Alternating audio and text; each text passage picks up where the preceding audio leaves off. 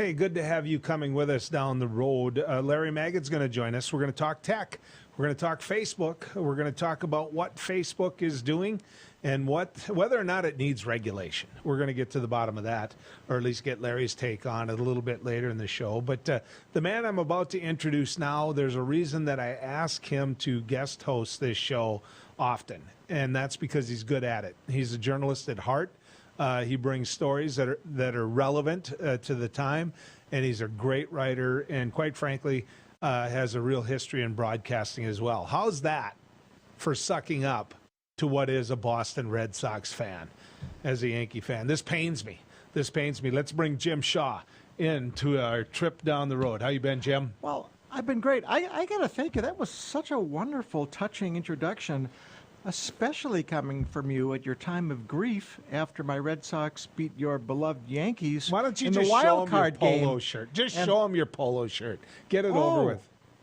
Well, yeah, we made it to the ALCS last night, and I got to be out there supporting the boys and telling them how proud I am of them, and this is a perfect place to be doing it. I knew you were going to do it. I knew it. But thank you. Seriously, thank you for the kind words. Yeah. It's a mutual admiration society. What you do for broadcasting throughout the state of North Dakota is vitally important.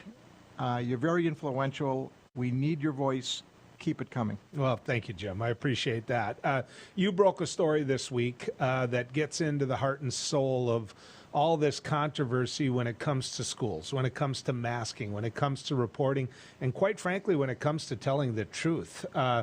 Explain to people what you wrote in regards to West Fargo. Well, basically what I wrote is the numbers are inaccurate. And there's two main things going on. Number one, you have students who are being marked as excused, but they really have COVID. They're not being marked as Q for quarantine. And these students are out for weeks, and teachers confirm it. They can see what the secretaries wrote. They talk to the secretaries. They talk to the counselors. And the second thing, this is probably even more alarming, is that a whole lot of students are coming to school with COVID, and they're infecting others. And the school district is really not doing much about it. The most glaring situation was there were some cheerleaders from Cheyenne High School who came to school with COVID. Teachers knew all about it. School administrators knew about it. They did nothing. The cheerleaders then went out and cheered at a football game, and then after the game, the cheerleaders went into quarantine. But there are so many other things going on, and I might be doing a follow-up where the exposure notifications are so late. You would have some student who is being considered to have had a positive case, and teachers or parents aren't finding out until 2 weeks later. Well, that's too late. There's just a whole lot of things going on, and it has led, as I pointed out, to some situations where classrooms have had to be quarantined, where others had to wear masks, and it's just getting worse. Well, unless you see a sign, most people aren't going to know when they enter Fargo from West Fargo or enter West Fargo from Fargo. It's all one and the same now. It's all one city together. Now, West Fargo has taken a completely different approach to their public school system versus Fargo. It's very controversial in Fargo. There's people that are trying to recall and get rid of school board members, obviously in the minority. They don't even know how to go about getting signatures on a petition. But West Fargo, just the opposite policy. And so do you think because they've taken the, hey, look, we don't want to deal with the controversy of it, that they're afraid of the public finding out what those results are? Oh, well, they were afraid of all of this. They made, in my estimation, a bad decision. And now they're trying to sell that decision. And it has infuriated the medical community around here. As you may know, the West Fargo School District was urged by FargoCast Public Health, by Essentia Health System, by CDC, by the North Dakota chapter of the American Academy of Pediatrics, to require masking. They ignored all that advice, and instead the West Fargo School District found this bogus medical team out of Bismarck and Points West. I'm not saying there's anything wrong with people in Bismarck and Points West, but there's only 3 of them. Only one of them is a doctor. That person is retired, not an infectious disease specialist. So they found a team to tell them what they wanted to hear, so they, in their mind, could justify ignoring the experts in their own community. So they are trying to sell their policy that it was the right one. And I don't know why they made this choice. Maybe they're just listening to all the noise, but they're certainly not following the medical advice and the medical expertise. Well, reading your article and taking a look at what you're reporting, it goes, in my opinion, a little bit deeper. You go into the fact that the Healthy Return to Learn team and the people that were put in place to justify what West Fargo knew ahead of time that they wanted the response to be is actually being encouraged by and ties back to the governor himself. Well, the governor is sure not helping. And as a matter of fact, I know what you're getting. This, as I understand it, this Return to Learn team that they came up with either came, I believe it came from the Department of Public Instruction, but it seemed to be more politically motivated than medically motivated. And that's what the West Fargo School District is relying on. They're relying on people giving them bad advice. They didn't like what they heard from experts in their own community, from people who were dealing with COVID on the front lines, so they went looking to find people out of the community to tell them what they want to hear. And as a result, there are problems. And they have changed the way they do things this year in West Fargo, and that was part of the point of what I'm saying. Their exposure notifications are very, very late. I'm told by teachers that last year you never had a case where a student was marked as excused and then all of a sudden became marked as quarantined or having COVID. Whereas this year, it happens all the time. They have a very stringent requirement as to how they will consider a student to having COVID, but that doesn't mean there aren't more students that have COVID that they just don't report. So how are you able to get some of this information? Because I've been working in talk radio in the community of Fargo for 16 years now.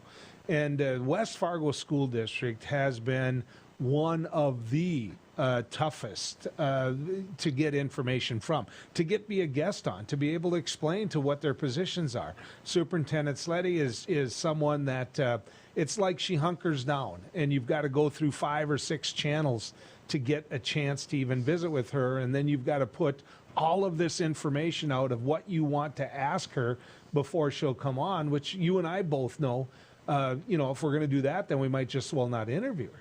And right. So how were you able to put this information together? Or do you even want to tell me? No, I can tell you. I'm just not going to tell you names. But I went to the people who are on the front lines, the teachers. They know what they're seeing. They know what they're experiencing. They told me that they can see that they've never had this many absences before, and they've never had so many excused absences before, and they've never had so many excused absences where the students have been out so long before. It's obviously COVID, but it actually started with just a passing conversation with one teacher I know who told me that a lot of her students were being marked as E for excused when they had COVID. And I said, what? Can you explain this to me? And then she did. And then I realized, okay, I need to see if other people can back this up. So I made contact with probably 8 teachers. They all said the same thing. And then they would elaborate on the story about what they saw. And they told me, the teachers are all sharing notes about what's going on in their classroom and what's going on in their classroom and what's going on in their classroom. And then when they told me that they have a lot of students who are coming in who are clearly sick. That struck me. And then when they told me that, and was almost every teacher, this stunned me. They are looking to get out. They are petrified that they're going to get sick. Many of them said they're on anxiety drugs now that they were never on before. So everyone told me a little bit more. One of them started telling me about the Cheyenne High School cheerleaders. I then checked that out. You know, I would never write something if only one teacher told me something. I need to confirm that in my standards with 2 other people. So I found 3 people that all confirmed that all confirmed everything that I wrote.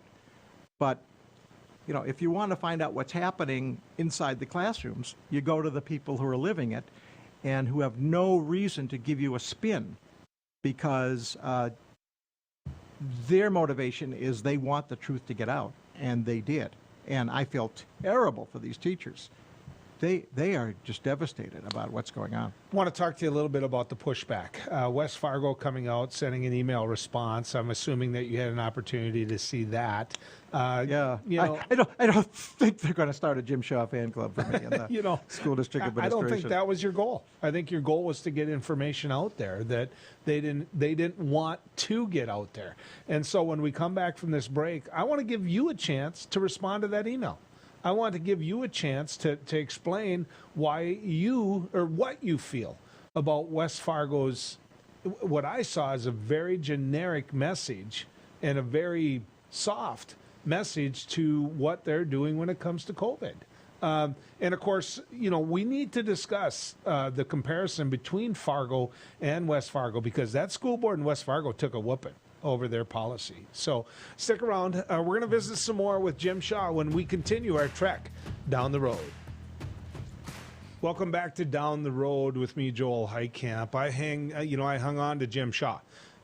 Jim Shaw, journalist, somebody that's been involved in all facets of media here in the Fargo-Moorhead community, and he broke the story of what's happening in the West Fargo Public School District. Jim, you know, there's a thing that happened in Fargo, and I wonder if that didn't drive what happened in West Fargo, was you ended up with a committee that went out there and tried to recall Fargo school board members, 4 of them, because they were ticked off about the mask mandate. Right. They were ticked off about Fargo Public Schools' approach to COVID. And, you know, I'm curious if any of those instructors that you talked to, any of those teachers, felt that this was West Fargo just trying to avoid the controversy of dealing with COVID. No, I didn't experience that. Matter of fact, I think the West Fargo teachers feel vindicated because the Fargo recall was such a flop that it went nowhere, and that clearly the Fargo community was not behind it, and therefore that should strengthen the idea that West Fargo should do the right thing, listen to FargoCast, Public Health, listen to Essentia, listen to the CDC, and aggressively try to prevent the spread of COVID-19 in the schools. So let's talk about the Fargo Public Schools and the recall, because you pointed out how it went. The individuals that started that recall started it under the premise that it wasn't about COVID or mask mandate. Number one, the minute I saw that, lie. Then they went about, misinforming people about certain school board members. Number 2, lie. Then they introduce a petition movement that they subject to the Fargo School District, which makes them go through all these steps that have people on it from Moorhead and West Fargo. And, I mean, they weren't eligible to sign the petition. Right. What is your take on that? Better way of putting this, what should happen to those individuals that put these petitions forward in a false manner? Well, I assume by your question you're wondering if they should be criminally charged. I don't know if that's necessary. You know, they tried to get this on the ballot. They failed. They messed up. It was either intentional or very, very sloppy. But, you know, I say let it go. It gave the strong message that people in this community, that is the Fargo community, are not for what this group was selling. And to me, I think that that group lost all credibility and all respect when they went to a Fargo school board meeting, started insulting the school board members, saying, you know, we're fed up with you and you're not listening to us. And in that school board building, in the school district headquarters, it says right throughout the building, masks required. And they went in there and none of them were wearing masks.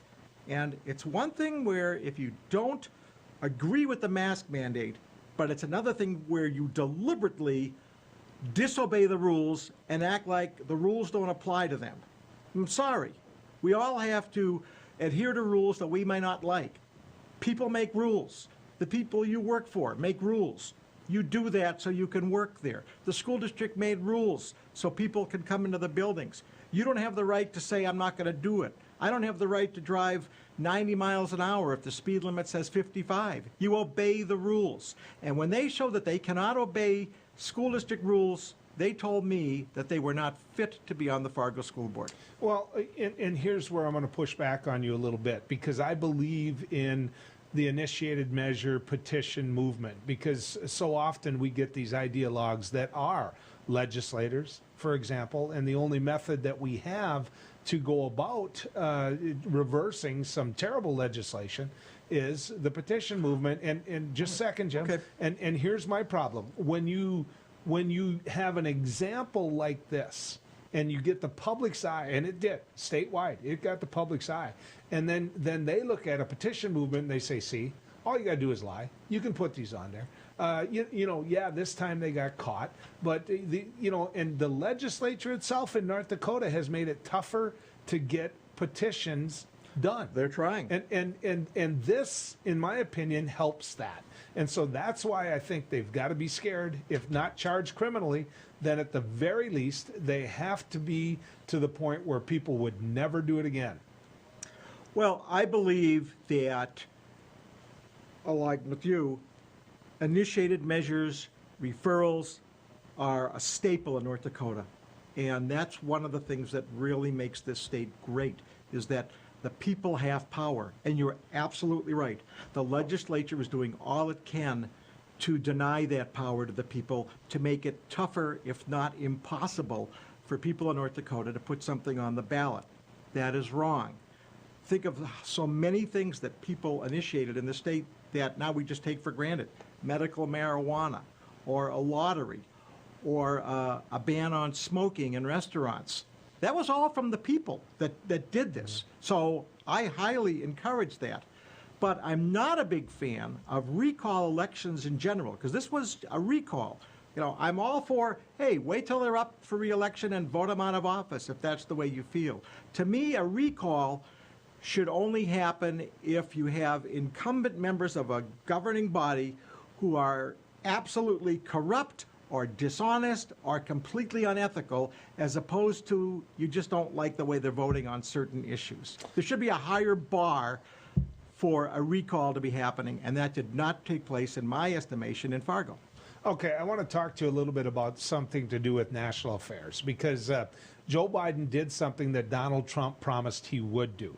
He pulled the United States out of Afghanistan and ended what was a 20-plus year war. It was rough. It was ugly. The visual imagery left you shaking your head and said, was there any planning that went along with this? Joe Biden paid a price with his popularity. You see his poll numbers down considerably. Is this something that you believe the current president can recover from? Yes, because he has 3 years to run for re-election. But he's very fortunate the election is not next month, because he was sitting pretty until Afghanistan, and it was botched. They completely miscalculated how fast the Taliban would take over. It was chaotic trying to get everybody we needed evacuated. We left many people behind. We should have had everything all set and done before we pull those troops out, gotten everybody out we needed to get out, and then pull the troops out. So this is going to hurt him, but who knows what the issue is going to be in 3 years from now. Could you imagine when Donald Trump was running for re-election, the biggest issue would be a killer virus that's killing hundreds of thousands of Americans and making all of us change our way of living? None of us could have. So who knows what the issue is going to be in 3 years from now? Is Joe Biden too old to be president? No. No, I don't think so. I think I think he might be old-fashioned to be president, and I wish he'd be a little tougher, especially on things like getting rid of the filibuster, which is killing him. But no, he seems to have his faculties. You know, he's in his late 70s. For some people, that's way beyond the point where they should be president or in elective office. He still seems to have it. Heck, Charles Grassley just announced he's running for re-election in Iowa. What is he, 88? Yeah. So Strom I don't Thurmond, think so. Quentin Burdick right here. Yeah, although Quentin was fading. But no, I don't think age is the issue. I think people are looking to go after him. They're looking for reasons to bring him down, and so they'll make age the issue, even though he's only a few years older than Donald Trump. I was asked that question. I wasn't asked it. I was told the answer to that question by a huge Trump supporter, my neighbor, and he said, "This guy's too old. He's feeble. You can tell he isn't there. He shouldn't be president. He's too old to be president." And I said, "Well, if Donald Trump runs again, will you vote for him? Will you support him?" And he said, "Well, yeah, certainly. He was my guy." Well, then he'll be Biden's age. I said, by the time he runs again, he will be Joe Biden's age right now. Yeah. I mean, it's complete hypocrisy. It is. I mean, if we're going to compare mental health, Joe Biden versus Donald Trump, give me Joe Biden any day. Because I'm not sure Donald Trump is all there. He has some crazy tendencies. Let's talk about that, because he was in Iowa, just the other day, stirring things up, talking about how he never conceded, about how the election was stolen one more time. He's getting support from those people in the Republican Party who fear him, for lack of a better way of putting it. But he's out there. He's going to run again. Yes. Can you see a scenario where he wins this time over Joe Biden? Yes, I can. And I'll tell you why. What will that mean to our democracy if he does? It could be the end of the democracy. The reason I can see it, I expect Joe Biden would get more votes, but these voter suppression laws that are being passed in all these red states, they are frightening, and they could make the difference between an electoral college victory for Joe Biden versus Donald Trump. You only need to swing a few votes in Arizona and Georgia among two states right there.